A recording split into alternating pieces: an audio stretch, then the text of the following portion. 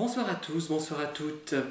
Après la vidéo prime sautière que j'ai faite en début de soirée, voici une vidéo plus sérieuse, plus tragique même, nettement tragique, qui concernera un thème qui a déjà été abordé, que j'ai déjà traité plus ou moins, mais que je souhaite de nouveau aborder, puisqu'il est fondamental, c'est celui de la souffrance de ceux que je nomme les vides intérieurs. Alors, cette souffrance est à mon avis tellement extrême qu'on ne peut pas l'imaginer, je pense. On a vécu parfois nous-mêmes des souffrances très très très fortes. Moi, en l'occurrence, il y a quelques semaines, j'ai vécu quelque chose de très très difficile, qui était lié à un phénomène qui n'avait rien à voir d'ailleurs avec la manipulation perverse.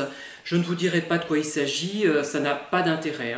Ça a été très très très violent pendant peut-être 1 heure, ça a duré, mais je crois que grâce à cette souffrance et à d'autres que j'ai pu vivre par le passé, j'entrevois ce que peut être la souffrance du manipulateur.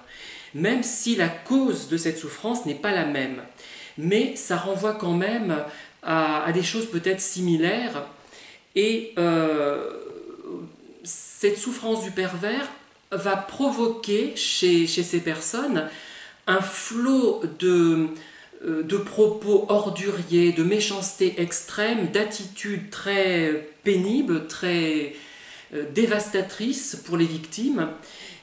Et elles viennent en fait d'une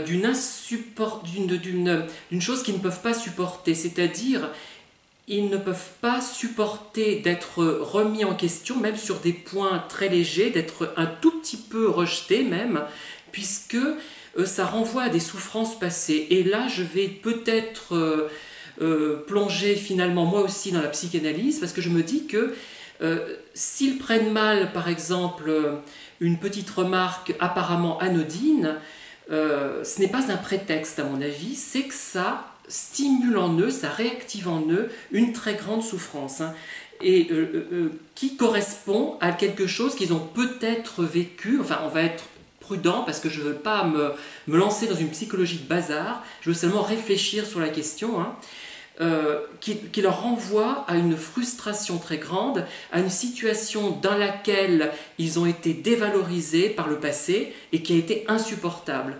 Un manque affectif, une négation d'eux-mêmes, de ce qu'ils étaient, et je crois que c'est ça qui induit cette méchanceté qui effectivement est très difficile à supporter pour la victime, je ne le nie pas, puisque nous sommes tous victimes si nous regardons et faisons ces vidéos, mais qui correspond à cette souffrance ancienne, cristallisée, et à cette sensation de ne pas pouvoir la dépasser et à ce vide que ressentent ces personnes.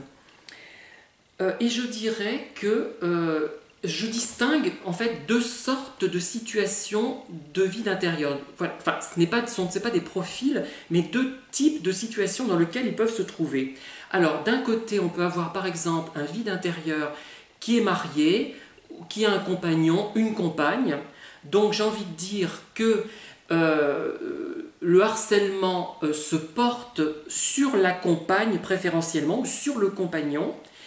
Ce qui signifie que les victimes collatérales, enfin les victimes supplémentaires, les victimes annexes, seront moins martyrisées a priori, puisqu'il a déjà quelqu'un, ou elle a déjà quelqu'un à domicile, j'ai envie de dire. C'est un peu trivial ce que je raconte, je sais, mais j'essaie de me faire comprendre. Par contre, il y a d'autres personnes qui sont seules et qui n'ont pas de victimes chez elles ou chez eux, et parce qu'elles l'ont détruite, parce que la victime a réussi à s'enfuir pour plein de raisons, parce qu'elles n'ont pas réussi à en trouver. Et celles-ci sont beaucoup plus dangereuses, sans doute à mon avis, pour l'environnement, pour l'entourage. Par l'environnement, c'est un terme inadéquat. Pour l'entourage, c'est-à-dire pour les victimes amicales ou qu'on a par rapport à des chats internet, etc., elles vont être beaucoup plus agressives, elles ne pourront pas s'apaiser chez elles. Ce que je raconte est lamentable, parce que vous allez vous dire, mais il est du culot de nous dire ça. C'est-à-dire qu'il faudrait que chaque manipulateur, pour nous laisser tranquilles, pour laisser tranquille la majorité des gens, ait une victime à domicile. Mais Non, c'est pas ce que je veux dire, hein. Mais je veux dire que j'ai étudié des cas où les gens étaient mariés et je trouve que les amis et les relations souffraient moins que, en général, hein, je ne veux pas schématiser, en général, j'ai observé ça, vous me direz si vous avez observé la même chose, elles souffraient moins que les personnes qui étaient seules. Parce que les personnes qui sont seules n'ont personne à domicile, il faut qu'elles s'en prennent à différentes proies, qu'elles aient à la limite plus de proies pour se satisfaire, pour projeter la part négative d'elles-mêmes qu'elles ne peuvent pas assumer. Elles ont besoin de poubelles finalement, c'est triste à dire, mais pour faire passer cette souffrance. Et c'est leur seul moyen de l'oublier. Bon, après, je pense aussi on a tendance à dire que les manipulateurs, les vides intérieurs sont incurables. Moi, je me demande quand même si on a suffisamment travaillé la question. Le sujet a toujours existé dans la littérature. Regardez, je suis en train de lire Le Rouge et le Noir, Julien Sorel. C'est un vide intérieur, hein, et il y a vraiment les caractéristiques presque toutes de ce qu'on nomme un pervers narcissique.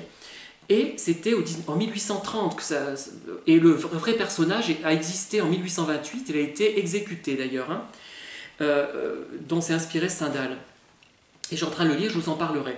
Mais donc, je pense que le sujet a été pris en compte très récemment, et peut-être n'a-t-on pas eu le temps de mettre en œuvre des approches thérapeutiques, parce que c'est bien beau de dire « Ah ben tiens, sa personnalité est construite comme ça, c'est cristallisé, on ne peut rien faire ». Je ne suis pas d'accord. Donc, vous voyez, il y a bien des personnalités cristallisées qui peuvent, dans une certaine mesure, être traitées. Et on peut faire quand même diminuer les symptômes.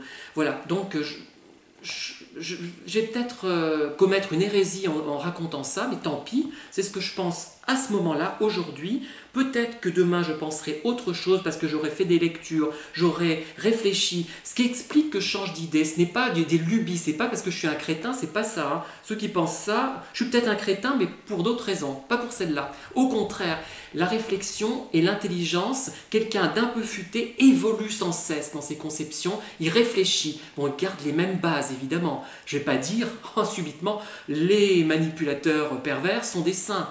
Je garde des trames, des bases, mais ma réflexion évolue et je refuserai toujours de donner des recettes. Même si jamais je connaissais le sujet à fond, je refuserai de tomber dans des schémas qu'on peut entendre parfois sur certaines chaînes. Pas toutes, hein, quelques-unes. Voilà. Donc cette souffrance énorme, elle est mais inimaginable, je pense. Je pense qu'elle est inimaginable pour nous, même si on l'entrevoit et si on peut l'imaginer, pour avoir ponctuellement souffert, parce que nous, on a la capacité de faire un deuil, de réfléchir, on est suffisamment élaboré, j'ai envie de dire, j'aime pas construire parce qu'on a l'impression d'être dans le bâtiment, on est suffisamment élaboré, suffisamment complexe pour pouvoir dépasser ça grâce à notre personnalité en fait. Et on réussit à trouver des aménagements compensatoires, là c'est mes études de psycho qui reviennent, et on s'en sort.